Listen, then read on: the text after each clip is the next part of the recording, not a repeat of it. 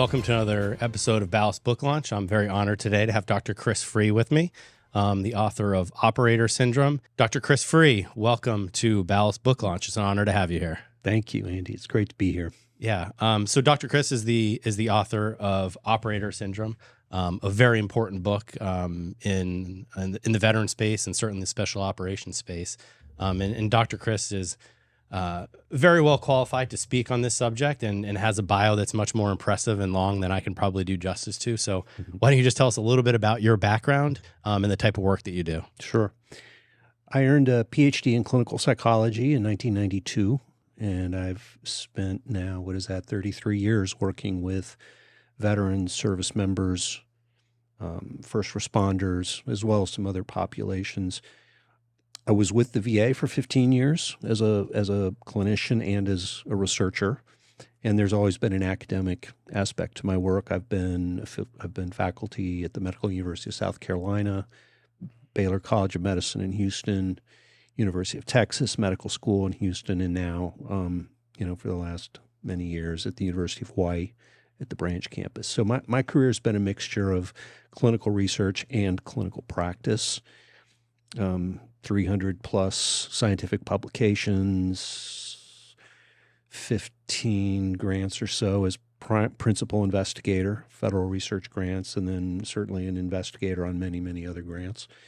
Probably the last 10 years, I would say the thing I've focused on the most is working with the special operations community in a variety of capacities, but mostly as an outsider, never served in the military, never had any formal relationship to special operations. Yeah, and you and I have that in common, and we both work very closely with the special operations community, and I have to say that in that community, you are just so well respected. Most of the operators, whether it be SEALs, Green Berets, whoever, they know who you are. They've heard of Operator Syndrome. A lot of them have read the paper, and I think that's a good segue here. You mentioned 300 or so papers that you've authored or co-authored.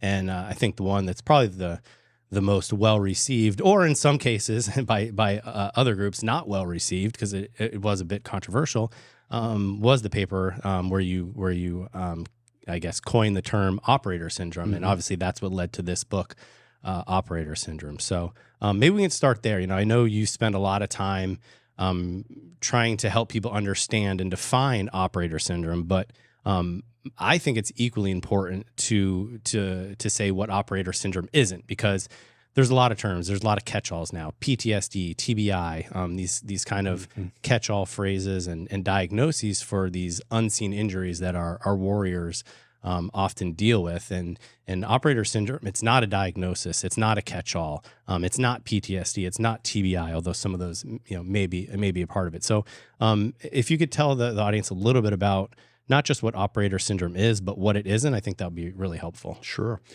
Well, let me start by saying what it is not. It is not PTSD. And that's not to say there aren't elements of PTSD within it. But I think as a society, both VA, Department of Defense, modern medicine in general, certainly the mental health care field, we've put an awful lot of emphasis on the diagnosis of PTSD. And I think we've put way over reliance on it. And we are overdiagnosing people, which maybe isn't catastrophic in and of itself, but what is a tragedy is it means we're stopping there. Right. So a soldier goes in, talks to anybody in a healthcare facility and is told, oh, you deployed or you served, boom, PTSD. Right. And it's become just become the easy button. Yeah. And the conversation, the evaluation just kind of ends at that point. Yeah, you're having trouble sleeping, you're drinking too much, you have anxiety, all these things. Boom, easy, PTSD. Call it PTSD without really digging deeper into it. And there's two reasons that is so, I think, detrimental to and unfair to soldiers, veterans, and responders is because one is it means we're ignoring many other issues and concerns and injuries that they have. Mm-hmm. The other reason it's a problem is we're not even providing the best treatments we could be providing for even for an anxiety psychiatric disorder too often. If a veteran or soldier is diagnosed with PTSD, it's quite predictable what happens. They're going to be prescribed antidepressant medications as a start, and then there will be a cascade of additional psychiatric medications that will be piled on pretty quickly. They're very easy to get up to 6, 8, 12 medications related to that diagnosis of PTSD. And so I think we're not just misdiagnosing it, but we're treating it in ways that are more harmful than they are helpful. And we will then send somebody to get therapy. And the therapists today primarily will focus on the concept of psychological trauma. What's missing from all of this is a good understanding of the physiological nature of what soldiers and responders experience and are suffering from, and that's, to me, is kind of where my journey started about 10 years ago, working with the SOF community. Early on, I was actually surprised by what I started to see. I, like people today, started with the assumption of PTSD as the problem, and quickly came to realize it wasn't. It was sleep apnea. It was hormonal dysregulation, low testosterone usually, traumatic brain injuries that typically are not being identified now, because what we have not done well in understanding is it's not just impact forces that hurt the brain. The modern war, this war on terror, has involved an enormous amount of work with explosives, breaching, demolitions, shoulder-fired rockets, sniper rifles, heavy machine guns, artillery. So it's those explosions cause blasts, and those blasts cause a different form of injury. I don't think most people in the mental health field seem to be aware of that right now, even now. They seem to continue to do the same things that they have always done, which, and if you talk to anybody that goes to the VA, the solution still seems to be throw a ton of drugs at them.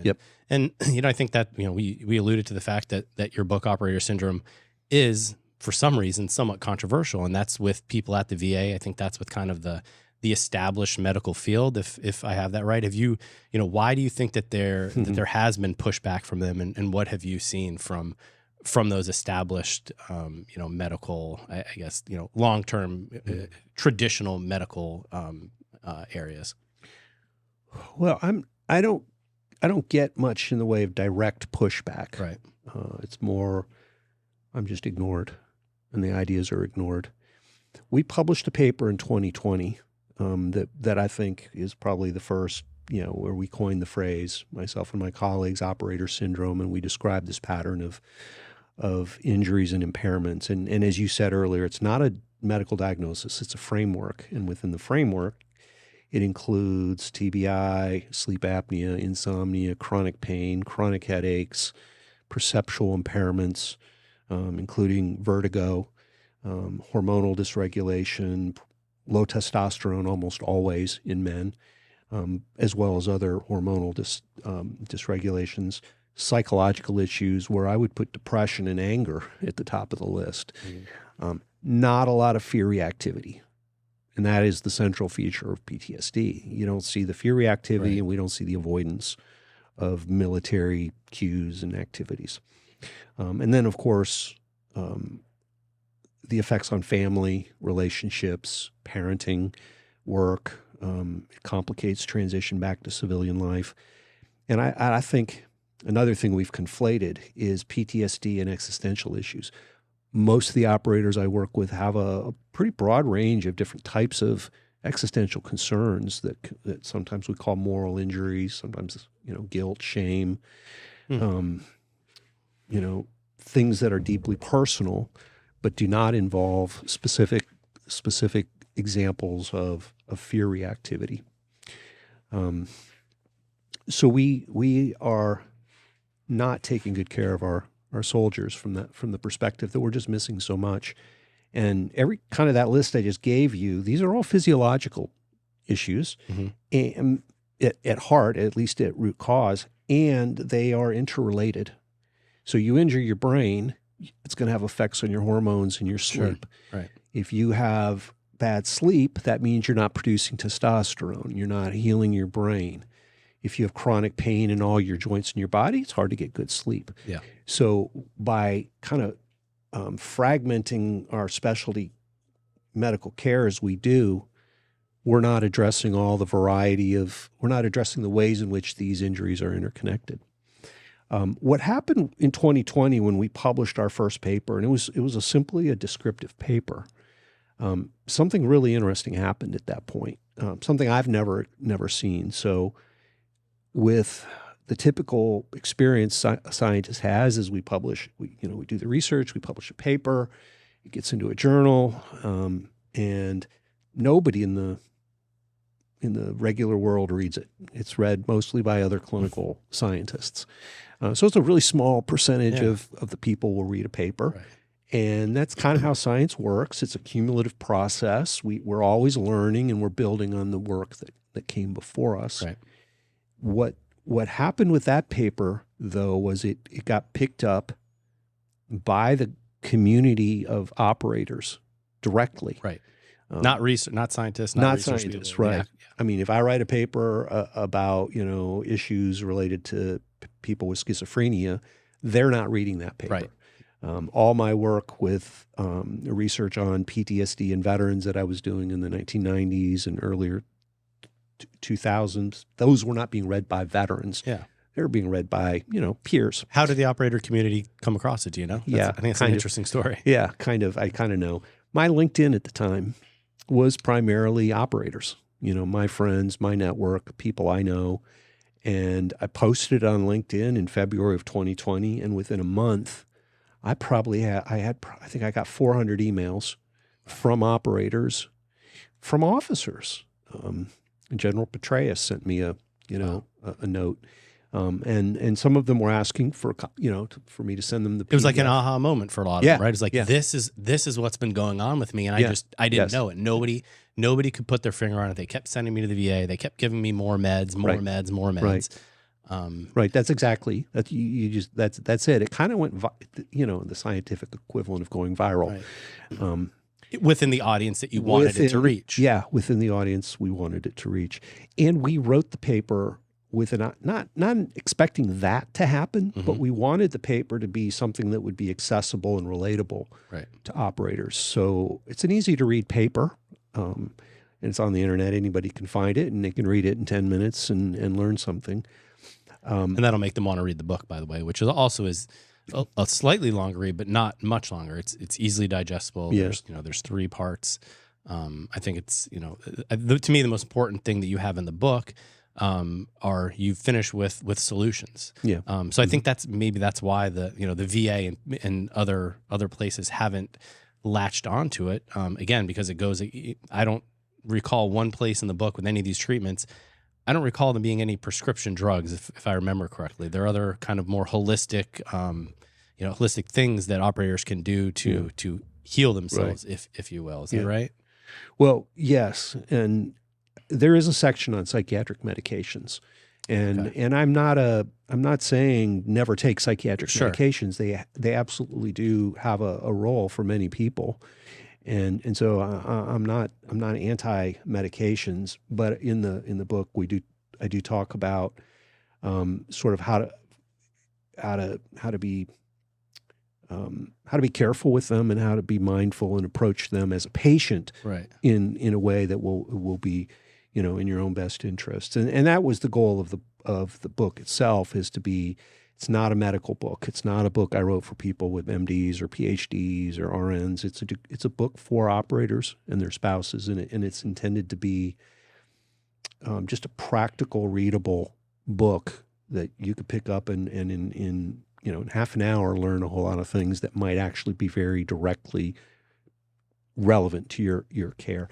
Can I go back? Sure. There was a moment in 2021 I just want to share with you. Yeah.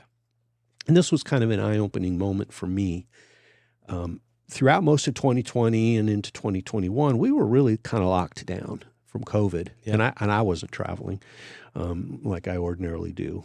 And in the early summer of 2021, I was invited to attend a community event in Fayetteville that was given by a friend of mine who was giving a talk. So I wasn't giving a talk. I wasn't invited to give. I was just invited to attend. Yeah. And this was Jeff Dardia of Task Force Dagger, who at the time was active duty Army Special Forces. Yep. And he's been a fellow traveler for some years, doing his own stuff independently. When we met, we kind of came together. It was kind of like, hey, brother, we're doing the same kinds of things together. So anyway, at this talk, it was a community event, probably a couple hundred people. And I would assume active duty or a mix? Probably a mix. Okay. And there were a lot of, I think there were, SF guys? Yeah, there was absolutely a mix of SF guys, active, and probably some who were no longer active. And there were a lot of spouses in the audience. Yep. And Jeff introduced me. He just basically said, we have a friend in the audience here with us tonight who's sitting, here, and he introduced me, the lead author of the Operator Syndrome paper. And I was sitting right in front of a Medal of Honor winner who was there in attendance. But I was suddenly, like, the people in the room stood up and I got a standing ovation. Wow. That was raucous, like, cheers and Made whistles. And I was like, holy moly, I've never in my life experienced a moment like that. And that was when it first kind of dawned on me or helped me realize that paper had reached people. Yeah. Yeah. I think it reached them with, like we said, things that maybe they didn't even realize that you were able to put your finger on. Maybe. Is that when you decided that you needed to do more with it and write the book? Well, that kind of came slowly, maybe gradually. And it was sort of like, well, I should write a book. Yeah, someday I should write a book. Someday I should write a book. Mm-hmm. It was probably about 10 months later. I was at a small event for the SEAL Future Foundation in Phoenix. And it was kind of a profound event. It was small, but there were probably a dozen former Navy SEALs in attendance, as well as probably 30 community members, or 30 just civilians from the community who were there. And the conversations were emotional and powerful. And I was asked just to say a few words. It was nothing was formal. We were just kind of standing around on a patio, and somebody said, could you just say a few? So I did. And for the rest of the evening, people kept coming up to me, both SEALs and the civilians who were there, like, wow, tell me more about that kind of stuff. And I went back to my room that night, and I was like, I got to do this now. I got to write the book. That was the moment. Yeah. And so you may or may not remember this from when we first spoke, but the first thing that we at Ballast Books always go over with our authors or potential authors before we begin to work with them is we want to know, what are your goals for writing this book? What are your goals for publishing? And the reason is we want to make sure we can help them meet their goals, because especially now, everybody's goals for writing a book are different. Mm-hmm. I don't know if you remember that conversation. I do. And I do. I kind of remember your answer too, but maybe can you just share again with why? What was your why for writing the book? And after it came out, do you think that you were able to accomplish that? Yeah. My why was I wanted to take what I knew, what I thought I knew, and get it into a book that could be sort of a consolidated resource for the community of operators and their spouses. I felt at that time I had something unique and important to share, and it was a duty. It was a mission I had to do. And you warned me, like, listen, man, nobody, as an author, don't expect to make a whole lot of money doing this, and you might not make any money. Very few authors make money, and I didn't care. That was not my purpose. I felt like this is something I have to put out there and provide, and so the idea for the book was to write something that would be concise, somebody could read on an airplane ride. Yep. The book is probably now a little longer than I intended it to be, but not a lot longer. No. It's probably about the equivalent of 3 long magazine articles. Yeah. And you don't have to read the book cover to cover. Right. You can open it to the section on sleep and just read that section. Yeah. You can, if you don't have a problem with hormones, you can skip that and go to the next chapter that's relevant to you, and so on and so forth.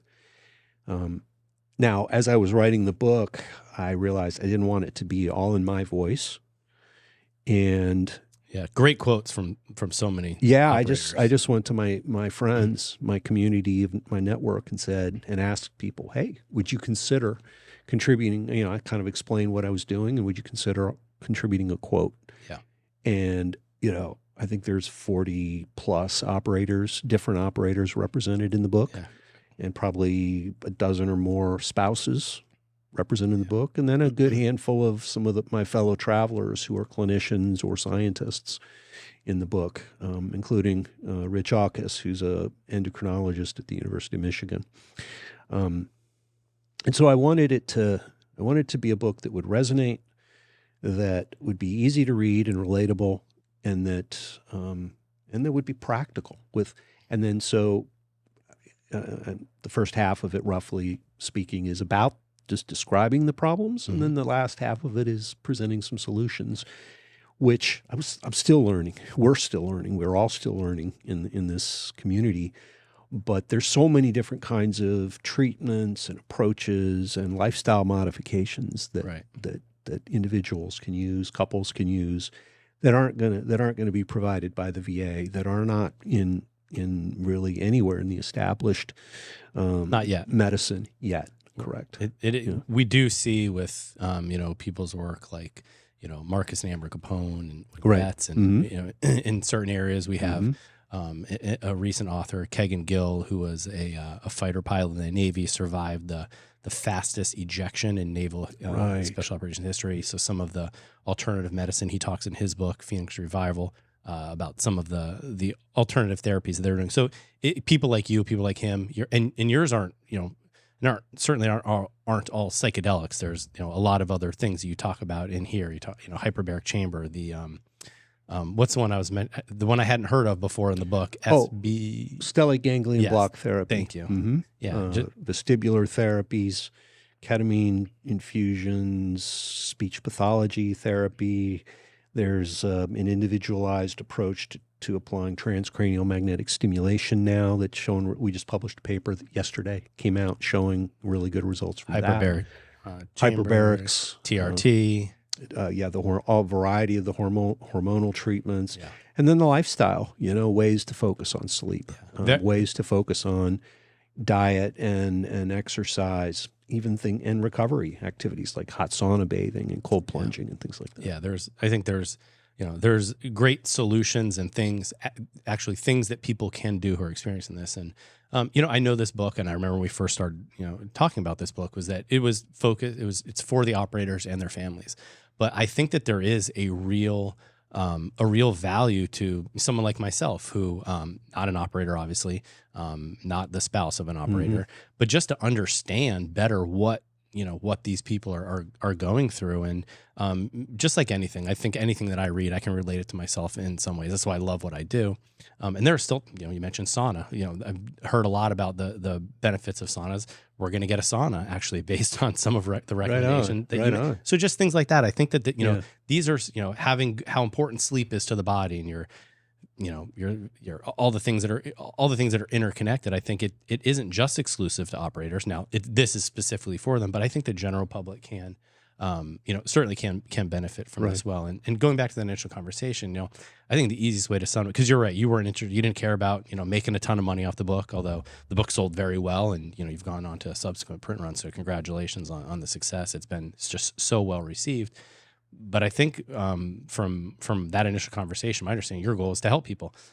You have this, and I don't want to say you stumbled upon it because it was 30 years of work that you've been doing, but you even said yourself, you didn't realize how impactful that initial paper was going to be. Yeah, I think I did kind of stumble upon it. I mean, the early I didn't set out to do this. Right. This was not part of a plan.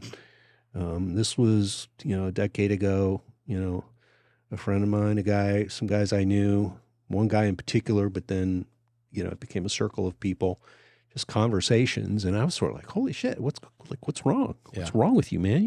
You're a badass Navy SEAL. You were doing all this stuff. And like, now what's wrong? Yeah. And he was just saying, I don't know what's wrong. And they don't know. He didn't know what was wrong, but he knew something was wrong. Right. He knew something was way off.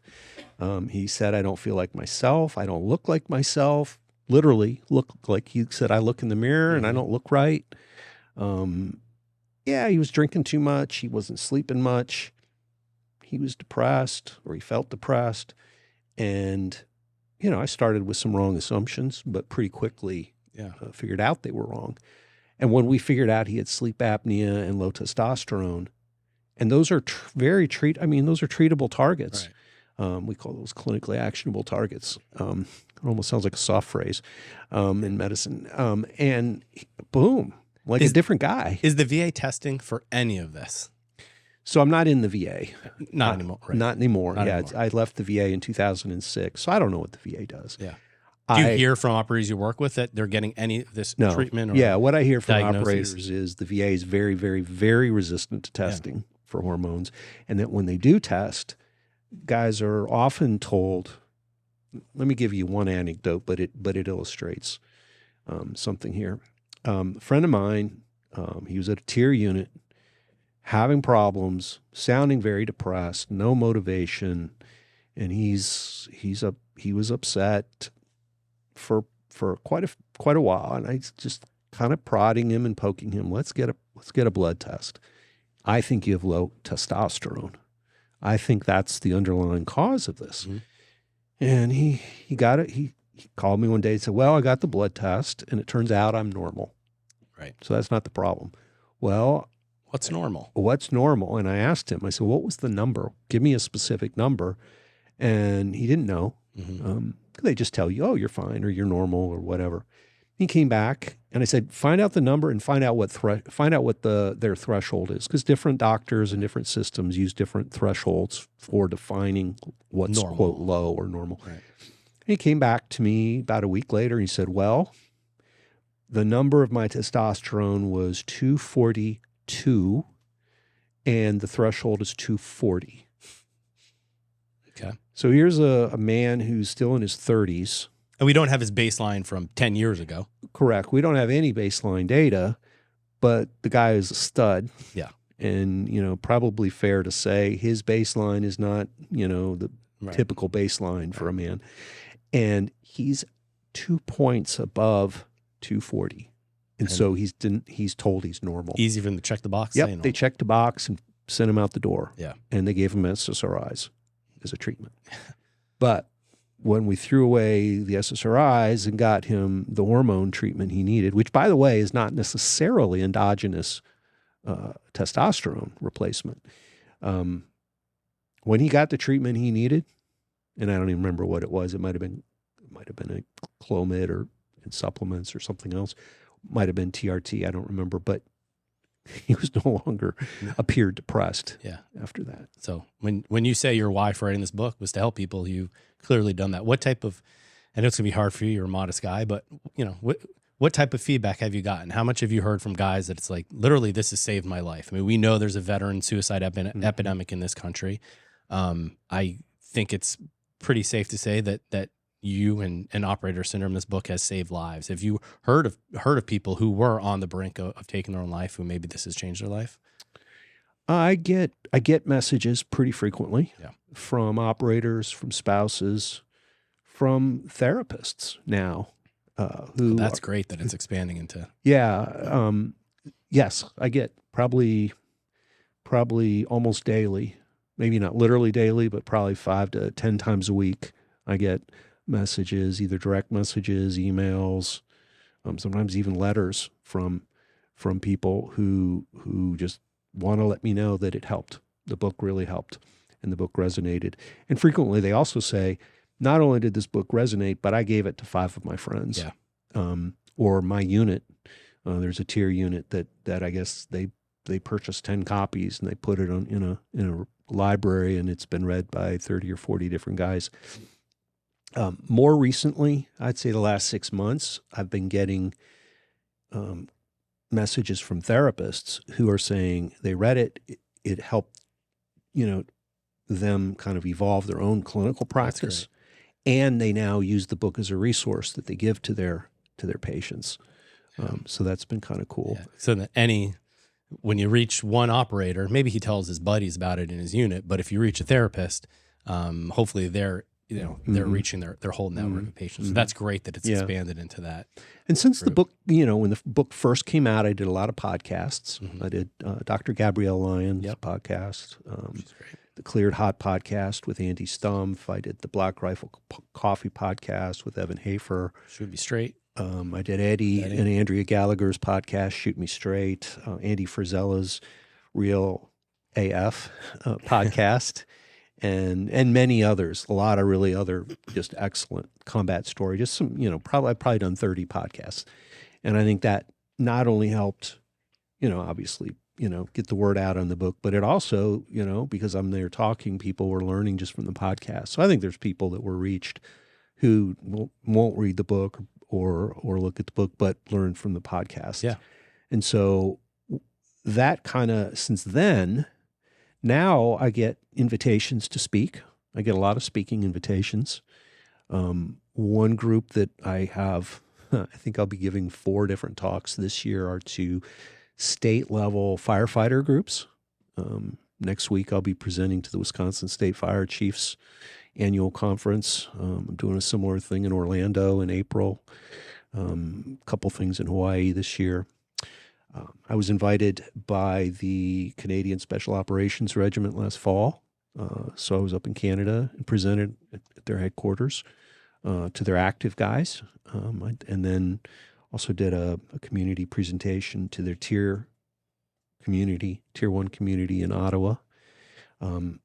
A really cool experience. A couple of weeks ago, I was invited to present and then spend a few days with the Army SF 19th Group in Utah, and it was one company. It was the entire company, and their sergeant major was the champion for that.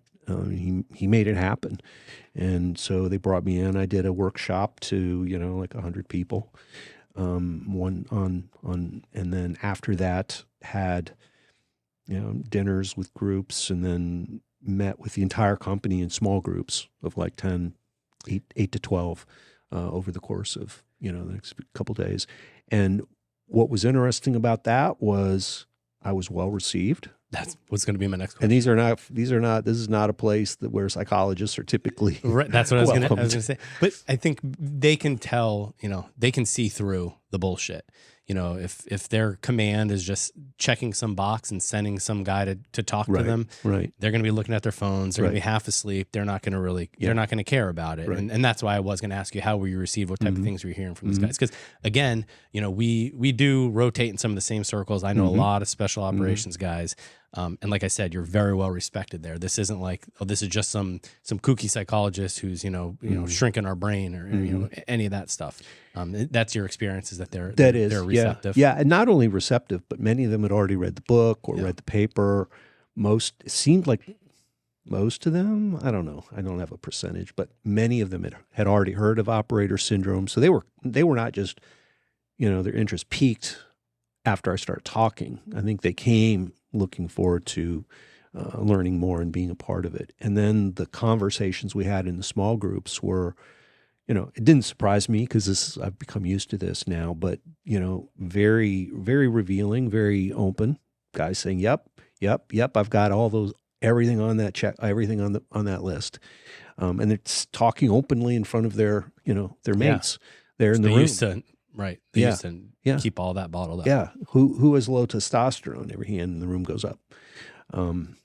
The other thing that was interesting about that was how many of them kind of pulled me aside for just sort of, on the way to the bathroom in between breaks and things like that. How many of them just kind of in the hallway kind of asked me very, very personal questions, including at the very end of the whole time I was there. I had an hour with the leadership of this group, and as they were kind of walking me out of the building to the parking lot, the commander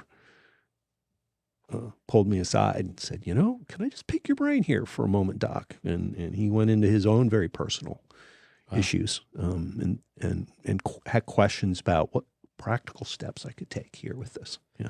What are your goals? What would you like to see happen? Again, we talked about the goals for the book. I think you've at least started to achieve those very lofty goals and helping a lot of people. But even longer term, would you like to see operator syndrome become more of a commonly used term, and where people, instead of just saying PTSD, using operator syndrome more? Like, what in the long term, what would you like to see?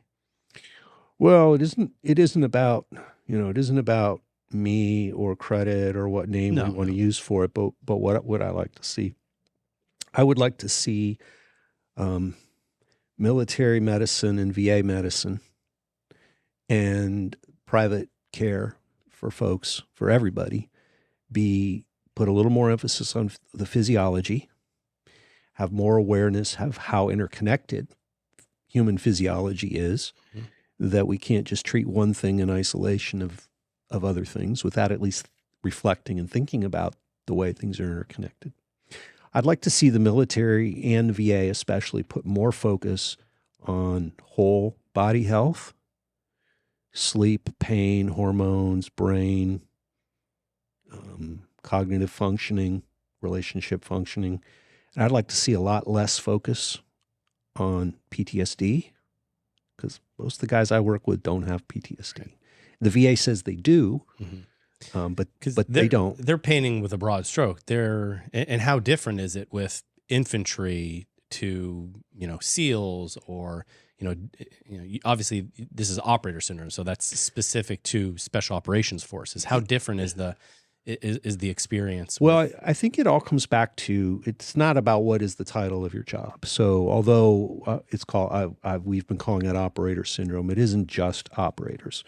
It's anybody who has extensive exposures to the kinds of things that are operators. So high operational tempo, sleep deprivation over the course of years, decades. Blast exposures are really a huge thing.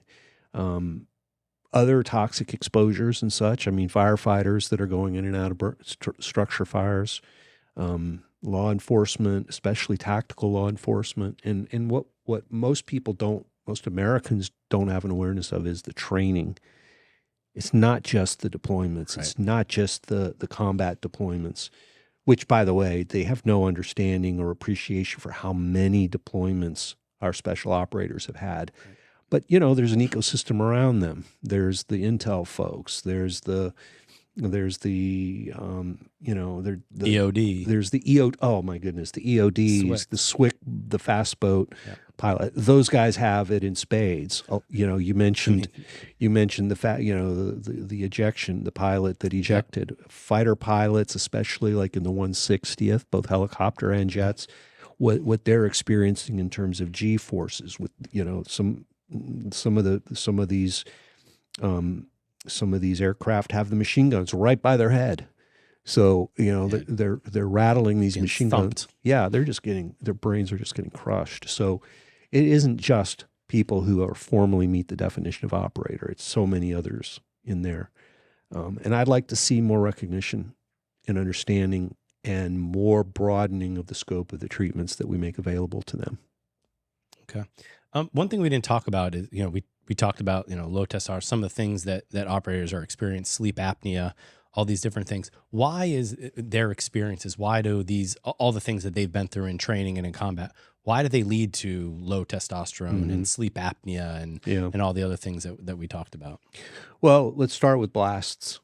I mean, the magnitude of the dose of blast exposures for operators and many other soldiers and many tactical folks from training alone is so massive. Naval Special Warfare out somewhere, I've heard at one of their conferences, at the Navy SEAL Foundation's conferences, I think they've talked about that their data show 96% of SEALs have TBI from training alone before they ever get to their first platoon in deployment, their first deployment. So that's about a 2-year period from the beginning of BUDS to that first being eligible for the first deployment. And so they're going on their first deployment with the TBI. Yeah.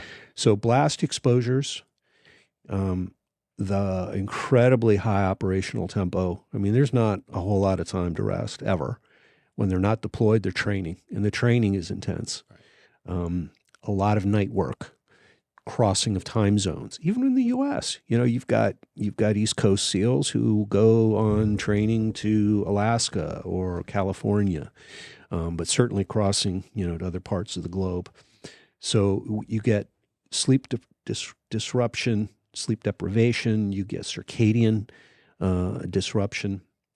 You've got all that time away from home, so family life is challenged, which is more on the relationship side of things. But that's a huge thing. The pounding, the physical pounding on the body, the running, the rucking, the jumping out of airplanes, the rappelling from helicopters, the diving. I mean, all of this is just so physical. The combatives. I often ask guys, how many times have you been choked out in combatives? And it's like, whoa, I don't know. How many times in the team room? How many times in the team room? Yeah. And so everybody has chronic injuries, chronic repetitive pain injuries in their joints, neck injuries, back injuries. And how long has the war been going on? 24 years now, sort of, and counting. And guys don't tap out. They don't take a knee. They don't say, I need a rest. Yeah. I mean, it's a never quit culture.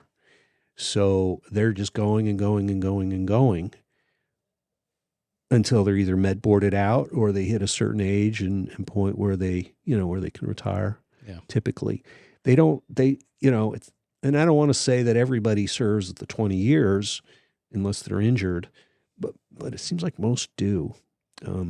Conventional soldiers often will do a 4-year enlistment. Right. And that's great and that's fine and that's important. No, not denigrating that at all. I salute and honor that service.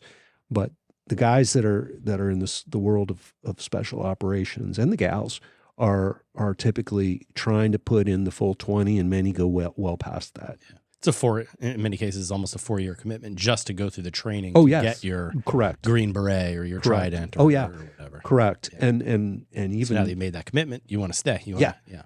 And not only do they want to stay, they want those deployments. Right. They don't want to miss a deployment. Yeah. They want to freaking get there and do their thing. Yeah. That's why they live for it. Yeah. And in the tier units, when we talk about the tier units, these are not 20-year-olds typically. Right. These are guys well into their 30s. It takes a while frequently. to get there to have the experience. Yeah. Is there anything that surprised you since the book came out, whether it be feedback or even just the way that you think about operators and treating these guys and gals? Anything that surprised you at all? No surprises. Yeah. Have I been invited by the VA to come and be a part of any meaningful conversations? Absolutely not. Once, about 3 or 4 months ago, I was invited to give a Zoom presentation to the therapists in the PTSD clinic at the Orlando VA. And that was a grassroots. That was them. That was not a big VA. That was not administrators. That was a group of folks there who wanted, just somebody had heard of the book and wanted to learn more about it. And so I've presented exactly How'd that go? One time. It went really well. And it was cool. I know I was very welcomed. The presentation itself was well received, great questions, great responses. And then the emails I got from the folks in the clinic afterwards were very, not just gracious, but like, holy moly, this makes so much sense. Yeah. These are the guys, we're seeing this now. And even the questions like, we're seeing this and we're not able to get the system around us to attend to many of these issues. We can't put in hormone testing referrals for everybody. We can't, so they're struggling within the system themselves. Yeah. So you mentioned the system. So the caregivers seem like they're open to expanding, what they're doing, but it's the system that still is just stuck, you think? Yeah, but I wouldn't even make that as a blanket statement. Okay. The 20 to 25 therapists in the PTSD Small clinic at the Orlando VA were very much open, and they invited me, and they were open and receptive and positive feedback afterwards. But that's it. That's really the one. Why do you think the system, in the VA in particular, but even on a larger scale, the system is so against these newer, more holistic, full body type of treatments rather than just the same old pharmaceuticals? Why do you think they're so resistant to that? Well, one is, I think there is the pharmaceutical, big pharma does have a certain clout, certain influence. That's putting it mildly. But I don't have a way of really, Yeah. of quantifying Can't quantify that. it, yeah. Right. What I can speak pretty confidently about, and remember, I was in the VA for 15 years. Right. So I know a little bit about how VA was operating in the 90s and the early 2000s. For example, the VA has what's known as the National Centers for PTSD. Mm-hmm. And there's 7 or 8 of them around the country. They're congressionally funded. Most of what they do is research and education. And so they're kind of thought leaders for the VA. And right there in the name, PTSD, National Centers for PTSD. And the leadership, most of them are leaders who've been around for 20, 30, 40, 50 years now. A lot of those leaders are now in their 70s. They've been doing things their way, from the very beginning of the diagnosis of PTSD, which was 1980. They have empires. It's an industry. Yeah. And it's an industry that has an enormous amount of money and power. They control many of the, they're editors of many of the mental health journals now. They control a lot of the grant reviews for VA research grants, as well as, they're prominent in NIH grants. They don't want to change. They don't want to do things differently. They don't want to say, you know what, maybe we've missed the boat the last 40 years. Maybe we missed something really, really, really important. So they're not going to welcome any disruption to what they do, because that's going to affect, how they're funded and how their, even their legacies are perceived. You've got a book, another book through Ballast Books, Wounding Warriors. And that tells part of this story, including part of my story from 2005, when there was a lot of very, some pretty good solid research showing an enormous amount of fraud, waste, and abuse in the VA related to PTSD, both on the disability side, but as well as the research and the clinical funding. And the VA ever since has fought to shut down any discussion of that. So it's not it's not visible to people.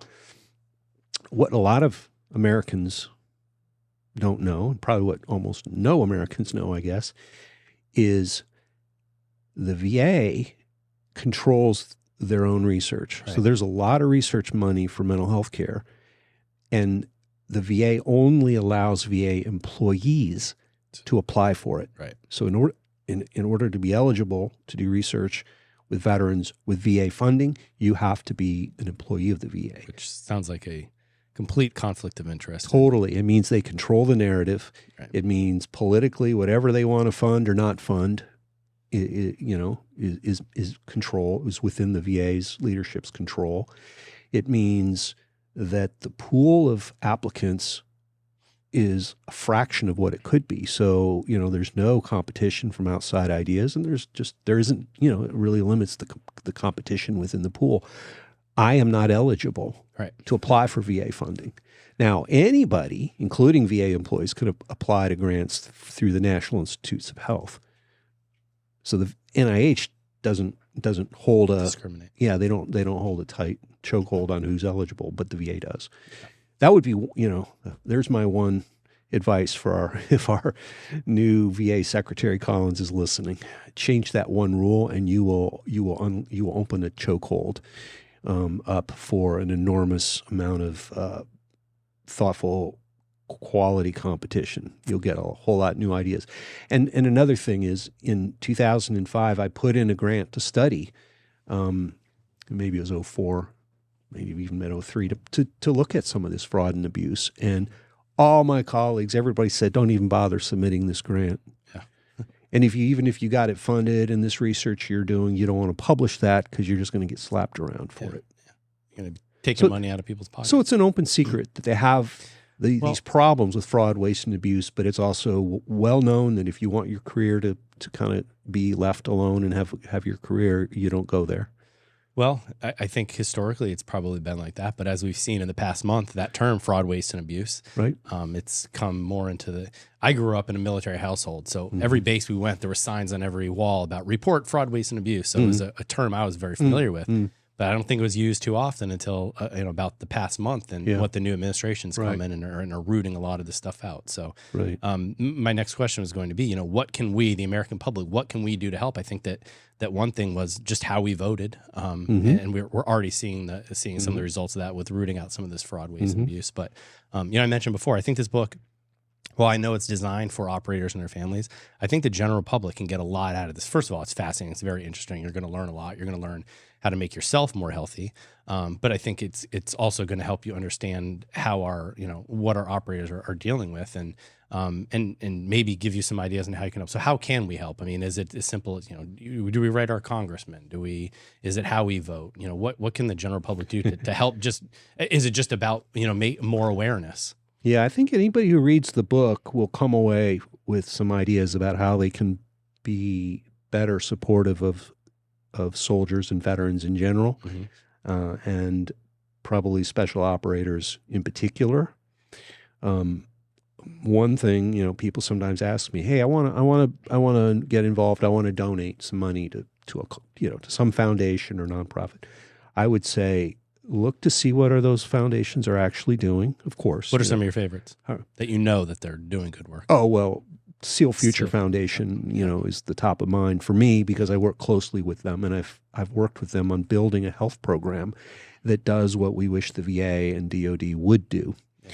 So in that program, any SEAL can call the number. They're going to talk to another SEAL, and that SEAL is going to have, is working with the operator syndrome framework, and they won't prescribe, they don't diagnose, they don't tell guys what to do, but they will walk through a lot of the options with them and help them make decisions about their health care, and then get them to the right clinics and the right providers and pay for it.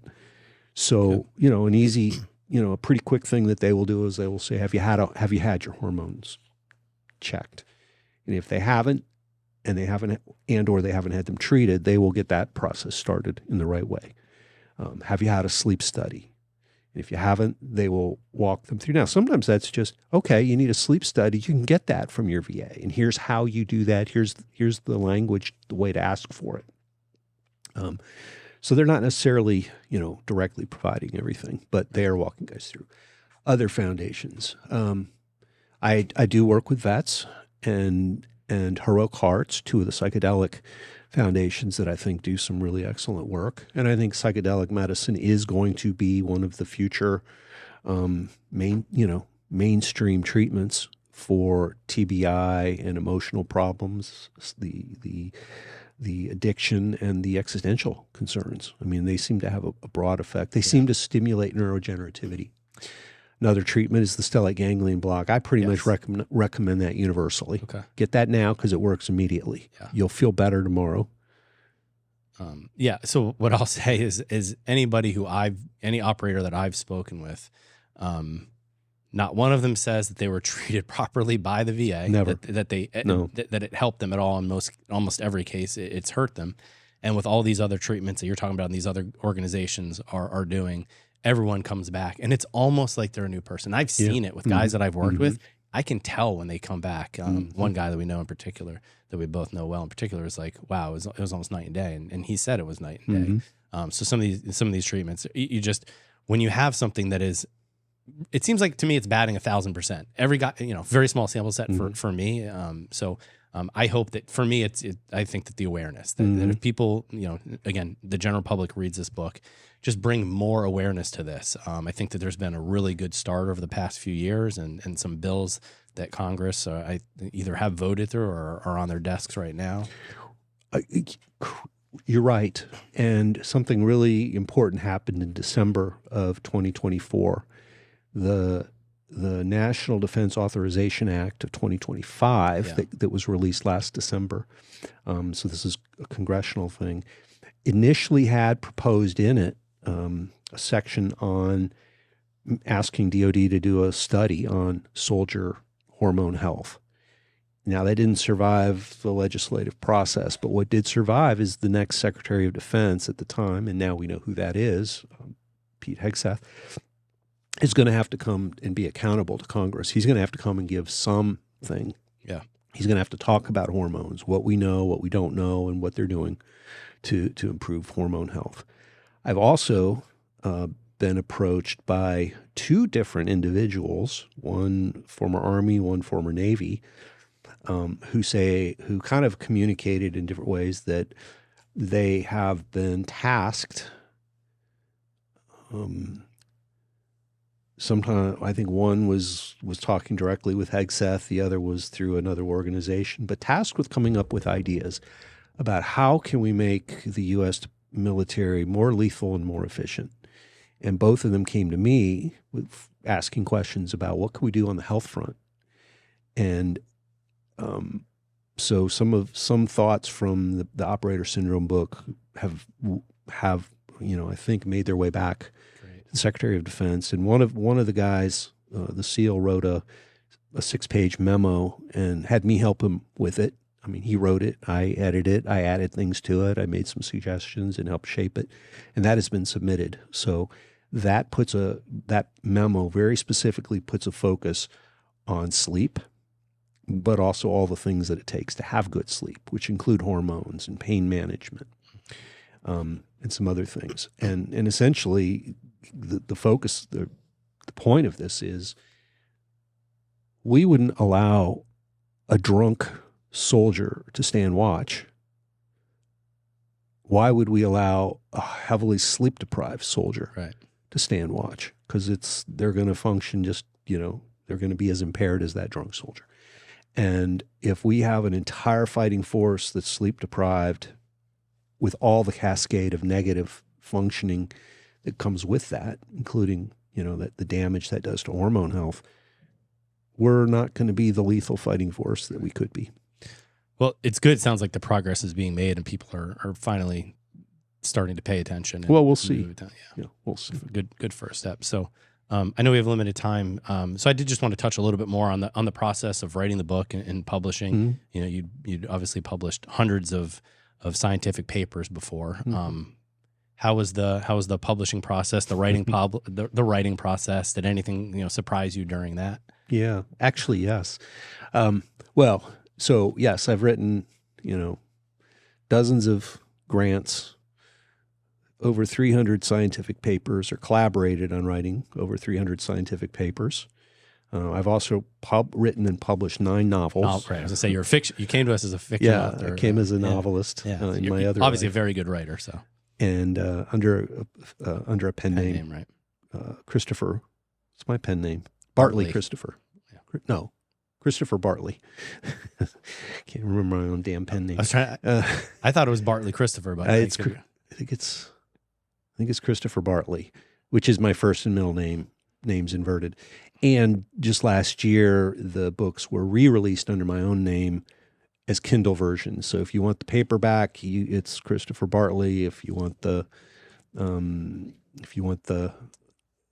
ebook, it's under my actual name, Chris Frueh. So this book was much harder to write than I thought it would be. I thought I would write it in 3 to 4 months. Took me probably a year. I think I missed every deadline I set for myself. One chapter in particular, the chapter on existential concerns, when I started it, I thought, this is so complicated. I thought I'd write just a few pages. And it became about 10 times longer than I intended. Mm-hmm. It turned into an essay.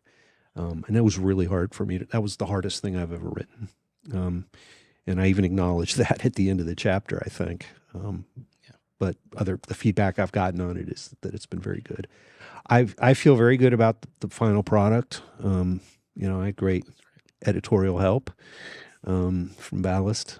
I had, the part of what makes the book are all the quotes from all the people who put their own name on the line. Right. There's only 2 or 3 quotes that are anonymous. Most of the quotes are just straight up. In fact, can I read the quote on the cover? Yeah, please. Yeah. Let's see. So this is Mike Sorelli, U.S. Navy SEAL, retired, former U.S. Marine Corps scout sniper, and CEO of Talent War Group. His quote, and this is on the front cover: Dr. Frueh's efforts have transformed our understanding of the complex, interrelated medical psychological injuries faced by military special operators. Every combatant of the global war on terrorism and their family members should read Operator Syndrome. So not a real personal quote. I guess that's more of a book blurb. But throughout the book, there are personal quotes that really resonate. And I sorted them into the sort of the places where they fit in the book. So I just collected quotes and then I slotted them in where they made sense. They work well. They're great breaks. Yeah. Yeah, and from spouses. And spouses, yeah. Yeah, I know Andrea Gallagher has a quote in there. Leslie Luna. Yep. Dan's wonderful wife has a quote in there too. So it gives you the whole perspective. Jen Satterley. Yeah. For me, part of the process of writing the book, I guess that just kind of was inspirational and uplifting for me was how much support I got from the community. They wanted this book written. They wanted to see it happen. And they put their names on the line. And that was our experience too. Again, we have so many authors. We work with so many special operations forces, and most of them, if not all of them, are familiar with Operator Syndrome. And, you just have I don't know of anyone else that I've heard of that has again, batting 1,000%, that has the respect of all these guys. And so I think that's a real credit to the great work that you're doing and the people that you're helping. So Operator Syndrome, wonderful book. Available everywhere the books are sold. Anything else that you think that is important for the audience to know about Operator Syndrome? I like to end on a note of hope. We talk about complex injuries and impairments that accumulate over time, and they're very serious, and they can lead to suicide. We have a suicide epidemic in the soft community. But ending on a note of hope, there's so much we can do. There are so many good treatments and interventions and lifestyle modifications. There are foundations that guys can reach out to. There are good doctors and clinicians out there. And one strategy I often give to people is get the paper, find the medical paper on the internet, download it, it's free. Go through it with a highlighter, circle the things that relate to you, and take that to your doctor. Yeah. Educate your own doctors a little bit and get them to focus and provide for you what you need. Yeah, I was going to ask for any operator or former operator listening to this, what advice would you give them, and where can they reach you? Oh, I'm starting to disappear. I'm taking down my social media. I'm taking down my website. I've been so overwhelmed with people reaching out to me. I can't keep up. I just literally can't keep up. And it's. So the advice is, like you said, is to either get the book or download the paper, listen to some of these things, but there is help. People have been, in some real dark places, have found new lease on life with a lot of these treatments. So is that right? The advice is to look into these treatments and talk to a medical professional about them. And there's a YouTube video up right now of the talk I gave to the tier unit in Ottawa last October. Okay. And they filmed the whole talk, and they edited it very well, I think. And they made an effort to kind of conceal and not show the faces or even the voices of the people in the audience who are asking questions. But if you just want to get a 1-hour talk, a lecture on the topic, it's there. It's free. You can just get it. Okay. Good. All right. Well, Dr. Chris, thank you so much. Thanks. Thank you for your work. Thank you for being here. Thanks, Andy.